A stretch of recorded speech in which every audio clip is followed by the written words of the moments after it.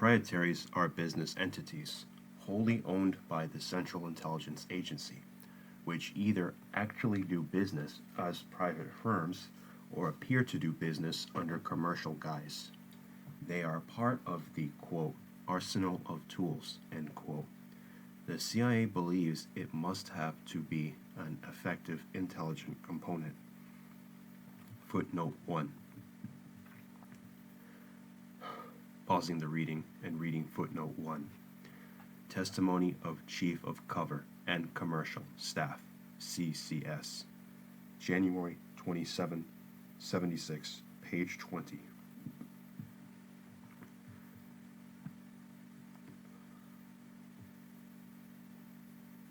Resuming the reading. In recent years, particularly during the Vietnam War, serious questions were raised about this proprietary capability. Much of the accompanying criticism stems from a lack of understanding of the role of proprietaries in both the United States foreign policy and the intelligence operations. Some of the criticism arose from the suspected entrance of proprietaries into areas where they would be in competition with legitimate business interests, such as the airline industry. It has been feared that their profits were used to provide secret funding for covert operations, thus avoiding scrutiny by the executive and the Congress through a, quote, backdoor, end quote, funding process. In addition, there have been allegations that the domestic impact of these entities has effectively violated the agency's charter, which generally proscribes domestic activity of a police or internal security nature. Concerns have been expressed that favored treatment has been given these proprietaries by other government agencies, such as the Internal Revenue Service and the Civil Aeronautics Board. The fact that the size and number of these mechanisms is unknown has caused concern about potentially pervasive influence on the free enterprise system. Questions have arisen about whether agency policy included using these entities to engage in illegal activities to make profits, which could be used to fund clandestine operations. Most notably, the latter charges have involved allegations that the agency's air proprietaries were involved in drug trafficking. Footnote 2. Pausing the reading and reading footnote 2. The committee found no substance to these charges. Resuming the reading. Concern has been expressed about the agency's financial and management control over proprietaries, about the treatment of funds related to such entities. Footnote 3. Pausing the reading and reading footnote 3. A careful review has revealed that the CIA's proprietaries are appropriately limited and controlled with careful considered given to restrict their use within the spirit and letter of the law by headquarters level personnel. Resuming the reading. It is understandable that there would be misgivings and suspicion, since much that would have explained the role of these proprietaries has remained classified. The committee has nonetheless been able to conduct broad review of these operations. This review has included examination of documents at the CIA and testimony from present and former agency employees. In general, these mechanisms have operated with a proper concern for legality, proprietary, and ethical standards at the headquarters level. The deviations that have occurred were in the field and generally in end of page 207, beginning page 208. The area of operators rather than management personnel. Moreover, the use and past expansion of the proprietaries was a direct result of demands placed upon the agency by presidents, secretaries of state, and the policy mechanisms of government. This is particularly true of the large air proprietary complex used to support paramilitary operations in Southeast Asia. The only exception to this pattern is the insurance complex, which was partially established on agency initiatives to fill a pressing need. A conceptual problem which continually confronts the intelligence community applies with full force in the proprietary area, as certain kinds of covert action were developed to deal with the perceived communist threat. The use of certain mechanisms had to be limited. In a totalitarian society, for example, governmental "private" enterprises are essentially one. The government can and does use these entities for intelligence and other official purposes.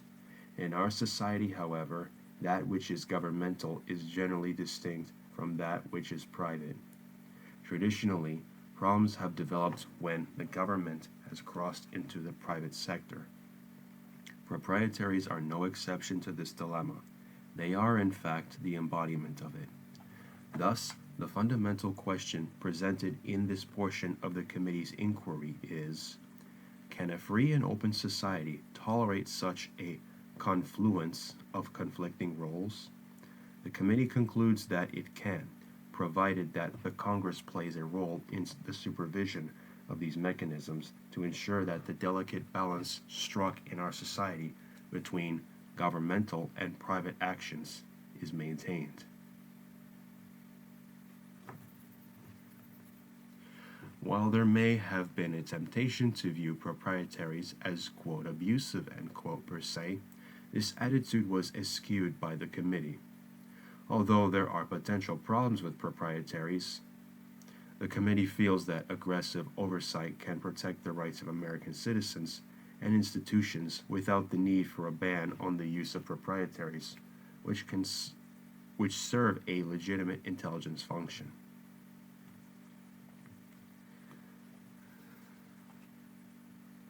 Section A. Overview. Acting under broad authority granted them by the National Security Act of 1947 and Central Intelligence Act of 1949, the various directors of Central Intelligence have established proprietaries, government-owned business enterprises, foundations, and quasi-business enterprises, to serve a variety of intelligence and covert action purposes. Chief among those purposes have been 1. Provision of cover for intelligence collection and action projects. Commercial firms established in foreign countries provide plausible reasons for the presence of CIA case officers. Agency-funded foundations serve as conduits of funds for a variety of purposes, including clandestine activities and contributions to scholars conducting research which supports United States foreign policy positions. 2. Extension of agency influence and information network in overseas business community. The very act of establishing a proprietary firm requires banking, insurance, and other services. Acquiring these services entails support, communications, and intimate business relationships with bona fide. End of page 208, beginning page 209. Commercial entities here and abroad. At minimum, these relationships require the clearance of those in top management positions or access to CIA business. On occasion, this relationship includes the agency using commercial contacts for information or assistance. 3. Provision of supporting services for covert operations. In paramilitary operations, airlift and sea lift by agency-owned carriers has many advantages: flexibility, security, ability to implant technical collection devices, etc. CIA agents who engage in hazardous activities, which would ordinarily make them uninsurable, can obtain a commercial insurance at standard or subsidized rates via a conglomerate of CIA-owned insurance companies. In foreign locations where actual contact with the nearest CIA station is not operationally discreet, proprietaries provide payroll channels and other administrative services for agency personnel. Firms based in locations with permissive corporate laws and regulations can also engage in many activities unrelated to their charters.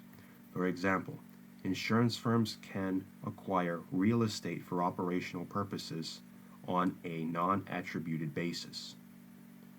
4. Operation of propaganda mechanisms. In establishing the clandestine radios, Radio Free Europe and Radio Liberty in the 1950s, the CIA acquired a means of directly influencing populations behind the Iron Curtain. These proprietaries were eventually disposed of and placed under the aegis of Department of State. 5. Management of private investments. The agency would deny that private investment is a purpose of proprietaries. Agency officials state that standing policy prohibits the investment of CIA operational funds in the private sector without explicit authorization by the DCI. Actually, the existence of proprietary enterprises, which occasionally returned sizable profits, indicates that private investment may indeed have been a widespread agency policy. Moreover, the agency has specifically authorized its insurance complex to act as an institutional investor for its own funds and those of other proprietaries. Thus, the extent of private investment by the agency is actually a question of definition and shading. Section B. Structure. Proprietaries fall into two broad categories. 1. Operating companies which actually do business as private firms, and 2. Non-operating companies which appear to do business under commercial guise. These entities may be legally constituted as corporations, partnerships, or sole proprietorships, or they may have no such legal standing, i.e., they may be, quote, notational, end quote, entities financed by the agency. Corporate proprietaries are incorporated in accordance with the statutory provisions of the jurisdiction of incorporation, are subject to the same review as any corporate entity within that jurisdiction, file applicable state and federal tax returns, and obtain the necessary licenses to conduct business. End of page 209, beginning page 210. Both operating and non-operating companies serve two purposes. 1. They provide cover, attribution for funding, and administrative assistance to agents and clandestine activities. And 2. They provide services not available through normal commercial facilities. Because these instrumentalities are established as private organizations, they must be organized and managed in accordance with normal business practices and requirements for the types of enterprises they appear to be. The agency has generally employed proprietaries when they have been the only way or clearly the best way to achieve an approved objective. Under agency rules, proprietaries are established or allowed to continue only so long as they contribute to the accomplishment of the CIA's mission and remain the most effective means to achieve agency objectives. While current policy does limit the use of operating proprietary mechanisms, the agency does retain its capability to use these mechanisms, although it limits the size of the actual entities being maintained. A review of agency files show that the number of operating proprietaries has been consciously pared by about 50% since the mid-1960s. These reductions were the result of both the Katzenbach guidelines associated with the National Student Association disclosures in 1967 and a survey conducted by the CIA Inspector General in that same year. In addition, the need for proprietaries has declined as a result of 1. The general shift in emphasis away from covert action, 2. The transfer of Radio Free Europe and Radio Liberty to the Board of International Broadcasting, with funding through State Department. 3. The liquidation of the assets of the Air America complex as requirements for CIA support in Southeast Asia diminished. 4. The sale of Southern Air Transport and the liquidation of assets of Intermountain Aviation with their exposure in the press. And 5. A change in the agency's approach to contingency requirements. The evidence received by the committee indicates that the activities of all agency proprietaries support the CIA's foreign intelligence collection or covert action missions. Some proprietaries are located within the United States for reasons of operational or administrative necessity. Thus, there is a domestic infrastructure, but their ultimate impact is overseas. Some of the questionable domestic uses of these entities are detailed in the sections of this report on, quote, MERRIMAC, Merrimack, end quote, and related programs. Footnote 4. Pausing the reading and reading footnote 4. See the Select Committee's detailed report on CHAOS, chaos. Resuming the reading. In one area, the insurance complex, serious questions remain as to the propriety of using such a mechanism to provide insurance and retirement benefits for agency employees. 1. Subsection 1. Operating proprietaries. Operating proprietaries conduct business in the commercial sphere. While they may compete directly with privately owned corporations, such competition is limited by the agency so that private companies will not be deprived of substantial income. The agency has been careful to limit the amount of commercial business engaged in by these proprietaries so that necessary to support the viability of the commercial cover.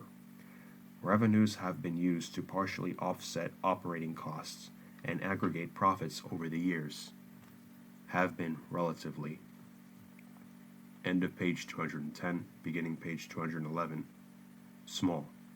Only 2 proprietaries have shown significant profits. The Air America complex, primarily by fulfilling government contracts in Southeast Asia, and the insurance company, by handling trust funds and insurance.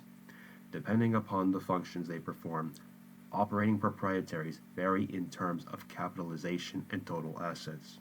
When the commercial purpose of an operating proprietary is incidental to its CIA mission, such as an export-import firm which engages in commercial operations only to the extent necessary to provide cover for a CIA officer in a foreign country, a minimum capitalization, usually in the neighborhood of $25,000 or less, is all that is required.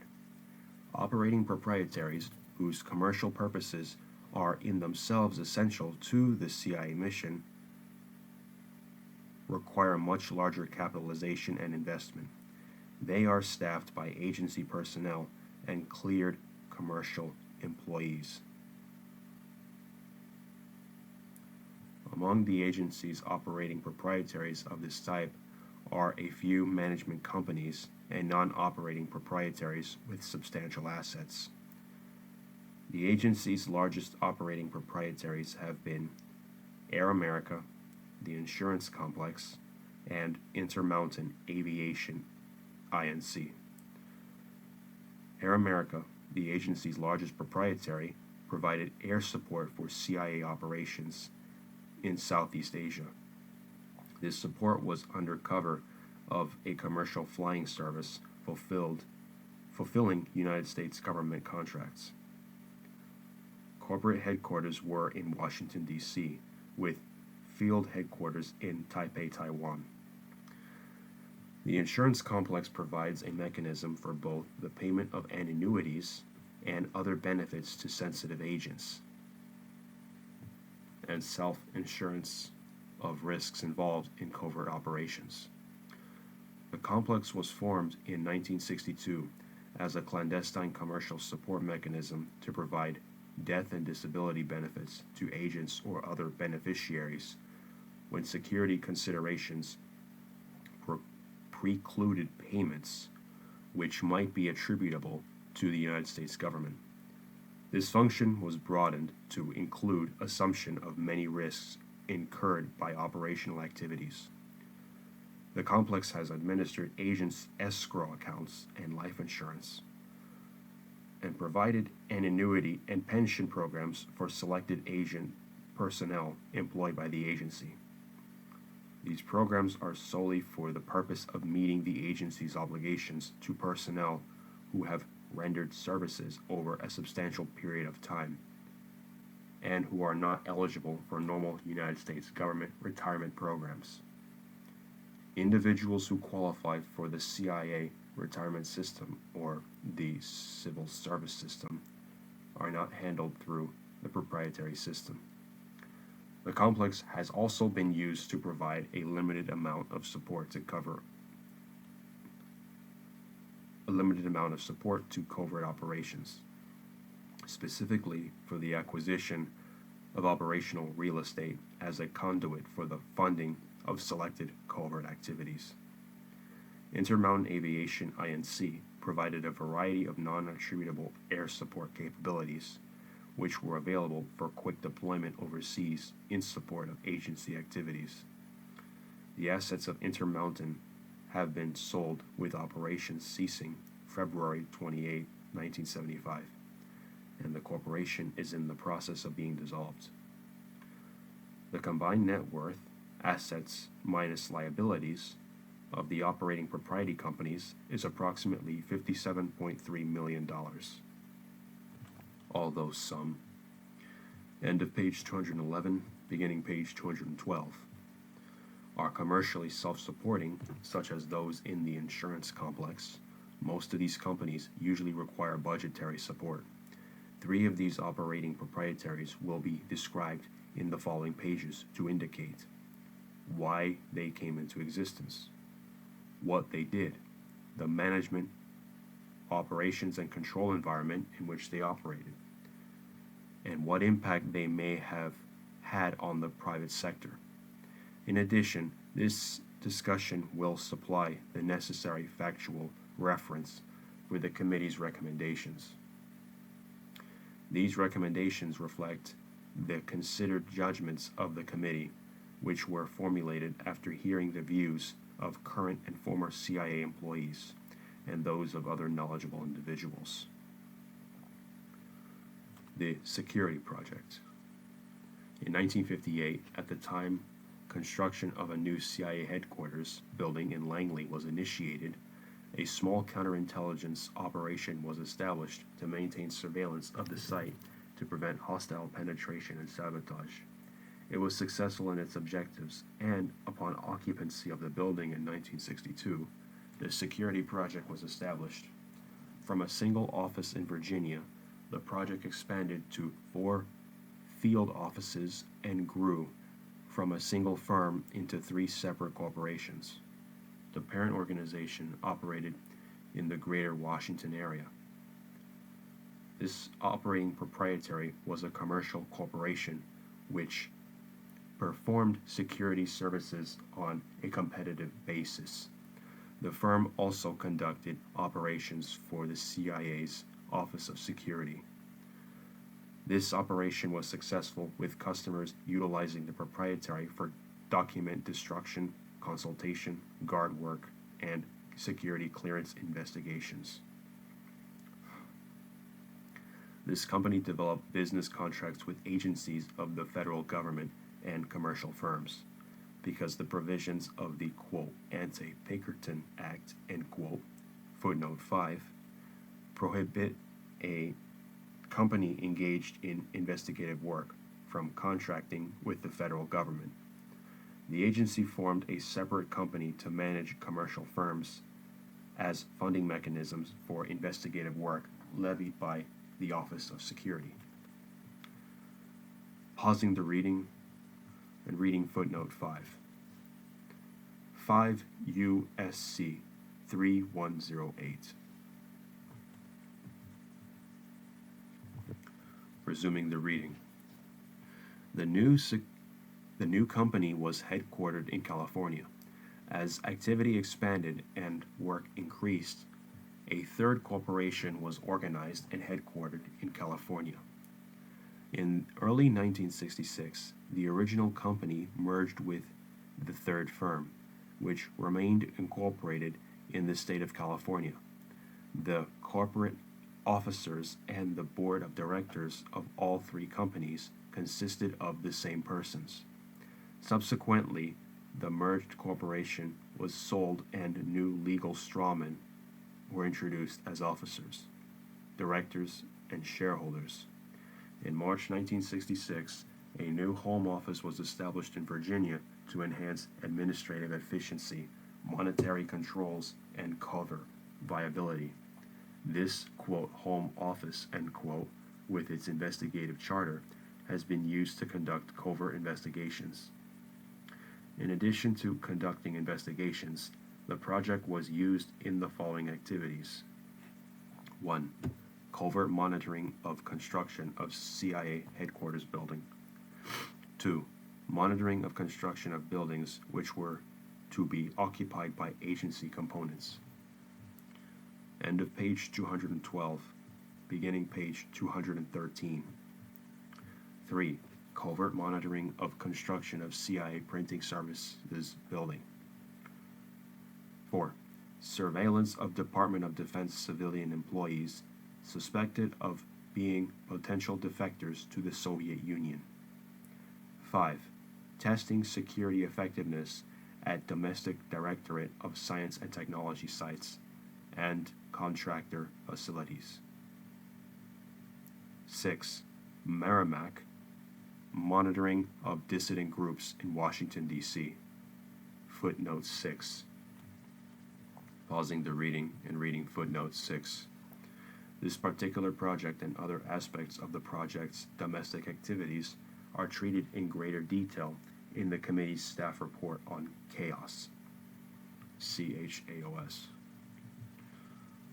Resuming the reading. 7. Hiring and paying contract guards. 8. Contracting with a civilian firm for the guard force at an installation.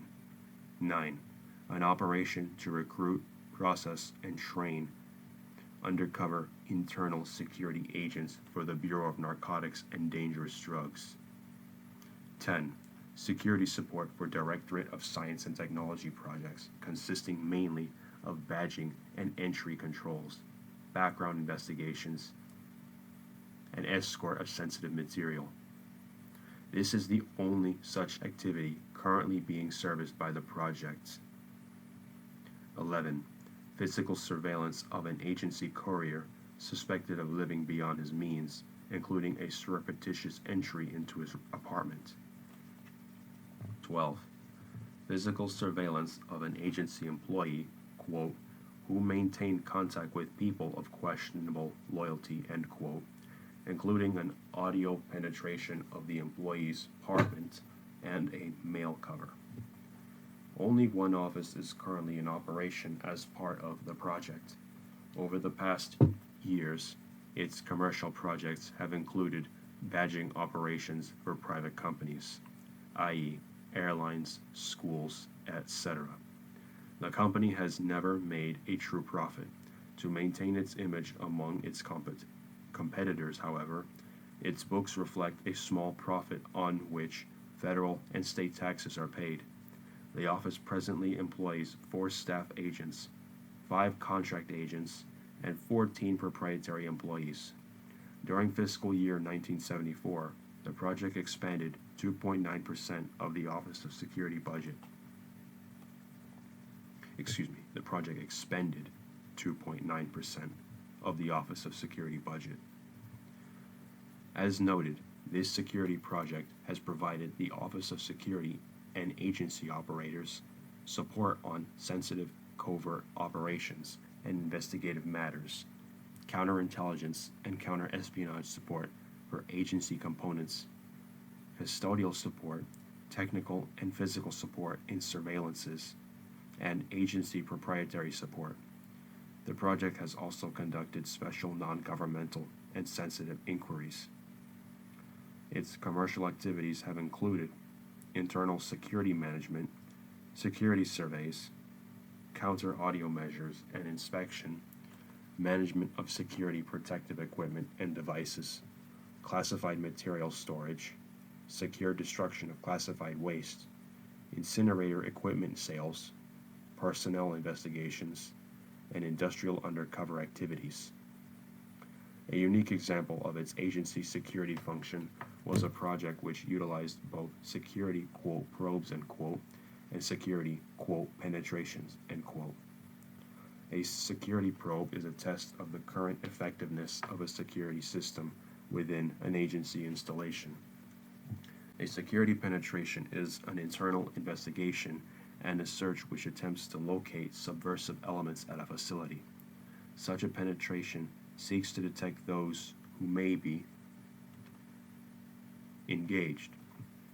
End of page 213, beginning page 214. In foreign intelligence or sabotage.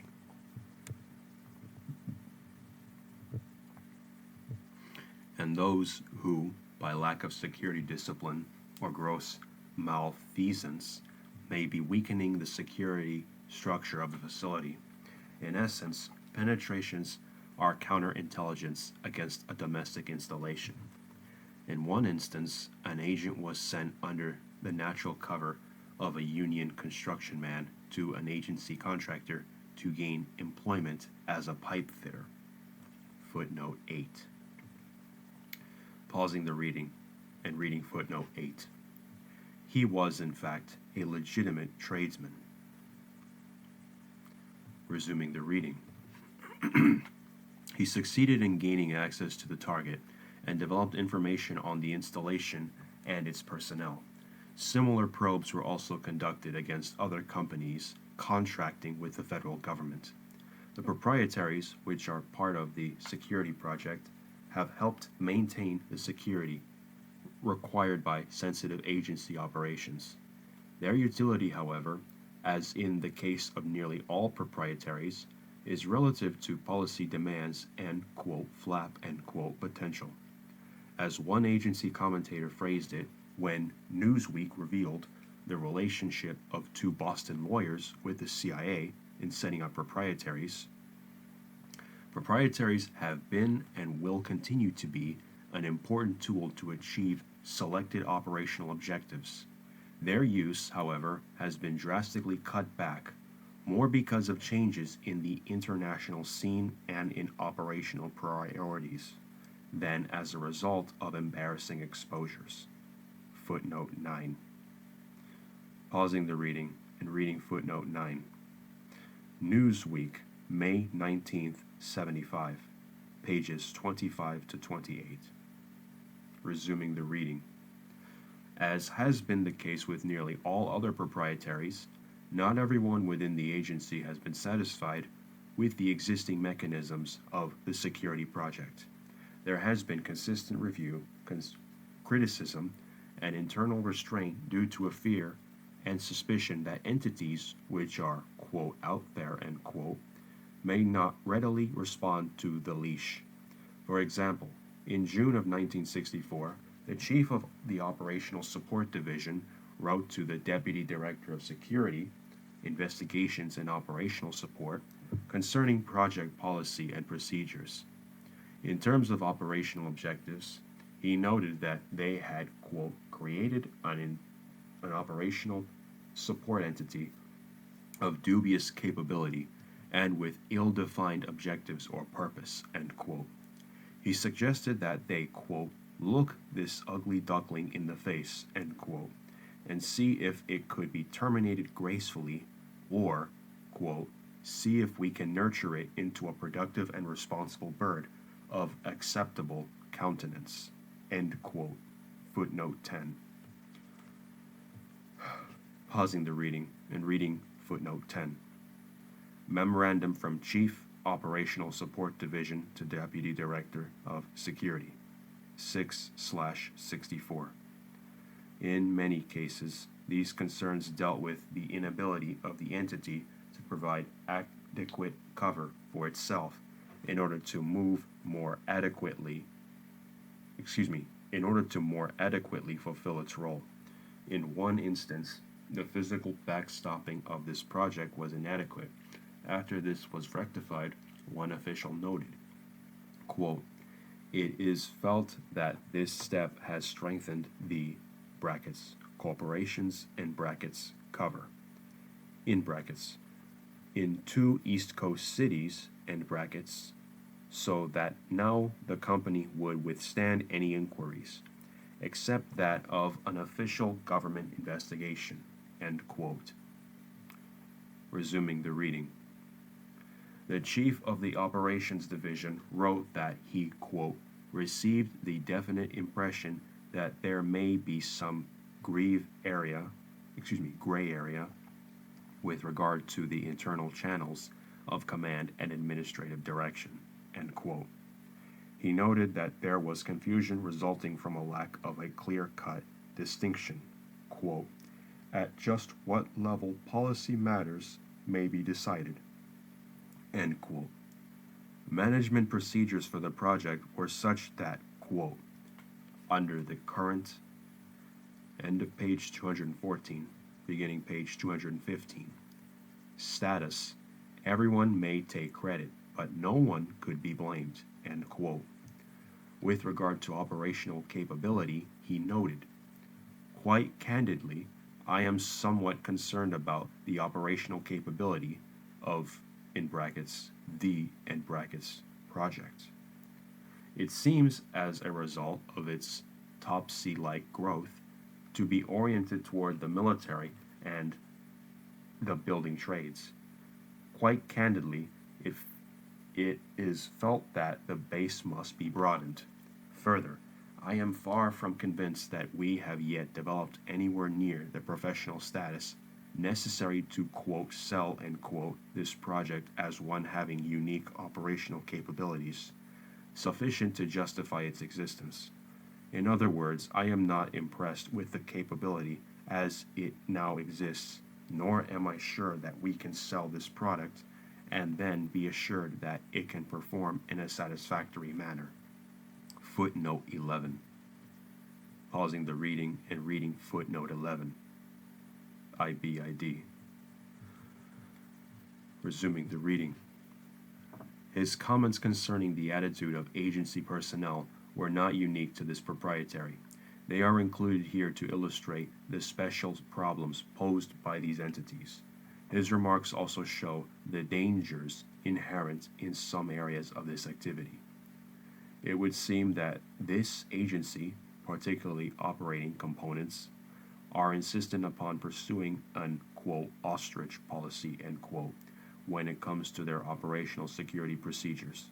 I have personally witnessed almost hysterical reactions to criticisms as well as total rejections of practical suggestions with regard to operational security procedures.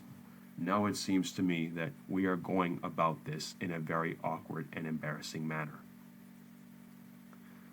In caps, or in capital letters, we are, in effect, allowing the writers of sensational books, such as the, quote, invisible government, end quote, to provide the necessary information and pressure on top agency management to correct glaring and stupid courses of action being pursued at the working level.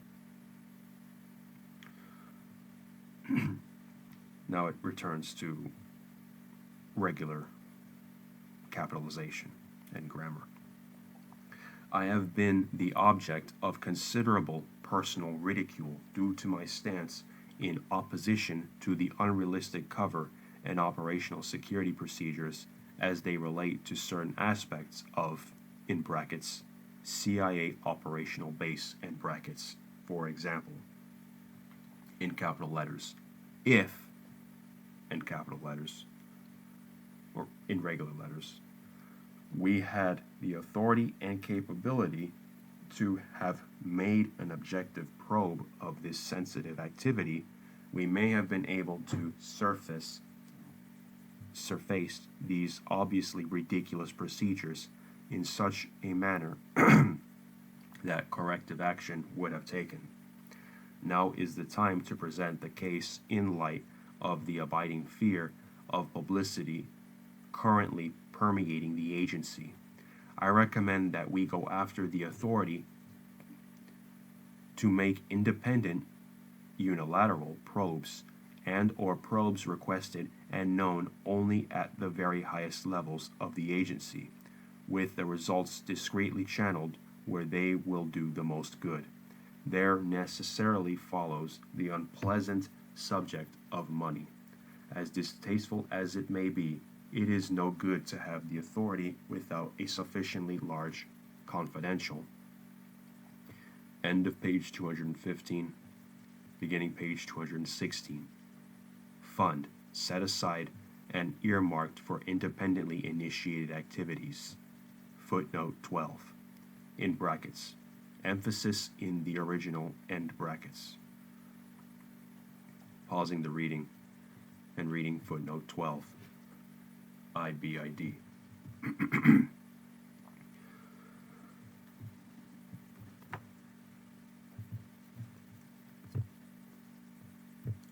He emphasized that if the agency did not take the above kind of action to monitor its, quote, image, end quote, at the operational level, it would, quote, continue to be plagued with the unsolicited and uncontrolled critique through the newspapers, periodicals, and books, end quote.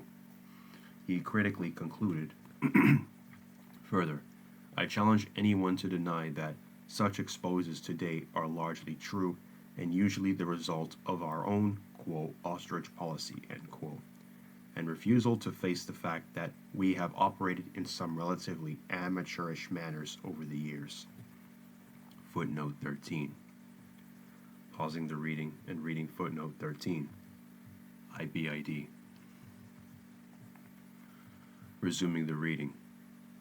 Such concerns have extended beyond these operational levels to general issues of propriety and legality.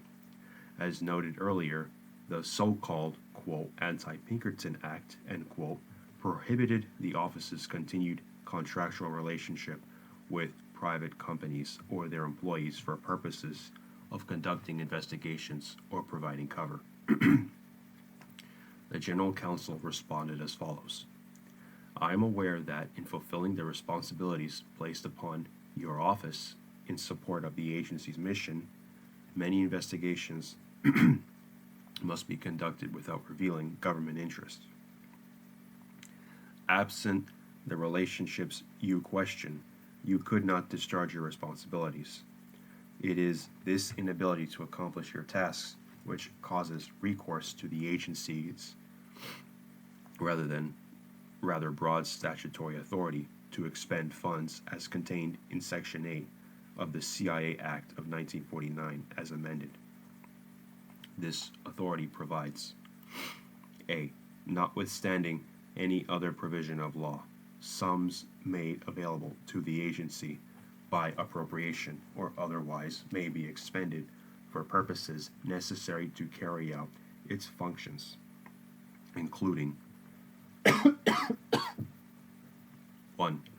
Personal services, including personal services without regard to limitations on types of persons being employed. B. The sums made available to the agency may be expended without regard to the provisions of law and regulations relating to the expenditure of government funds, and for objects of a confidential, extraordinary, or emergency nature. Such expenditures to be accounted for solely on the certificate of the director, and every such certificate shall be deemed a sufficient voucher for the amount therein certified. It is my opinion that this authority permits the agency to continue the two practices as set out above, without fear of violation of the Anti-Pinkerton statute. Footnote 13a. Pausing the reading and reading footnote 13a. Memorandum from General Counsel to Director of Security, 6/64. Resuming the reading. He closed, however, with the following admonitions. There are, of course, other dimensions of the question you raise.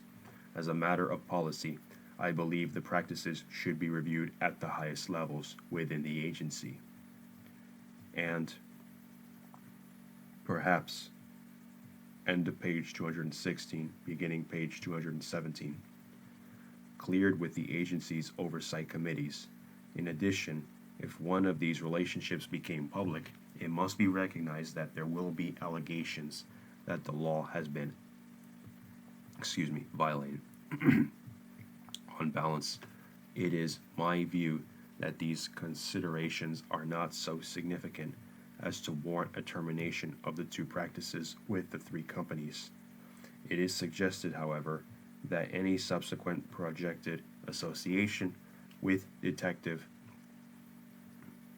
company or private investigative company beyond the three present companies be reviewed with this office prior to its initiation. Footnote 14. Pausing the reading and reading footnote 14. IBID. Resuming the reading. The insurance complex. This proprietary is a complex of insurance companies, most of which are located abroad, operated by the agency to provide the following services. 1. Handling of risks ostensibly covered under commercially issued policies. 2. Extending term life insurance and annuities, trusts, and workmen compensation to agency employees who are not entitled to United States government benefits.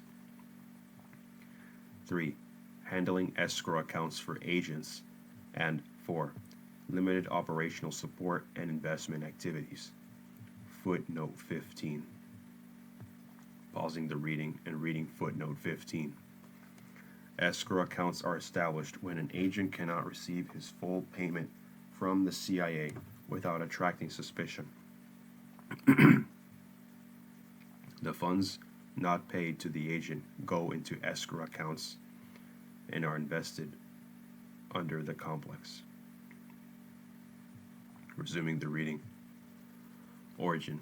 Prompted by the Bay of Pigs losses, the complex was created in 1962 to provide death and disability benefits to agents and beneficiaries when security considerations preclude attribution to the United States government. Lawrence Houston, retired general counsel of the agency, testified that his office established the insurance investment complex because his staff was responsible for all problems related to the death or disability of employees during the course of their agency work. These problems were all handled in what Houston called a very,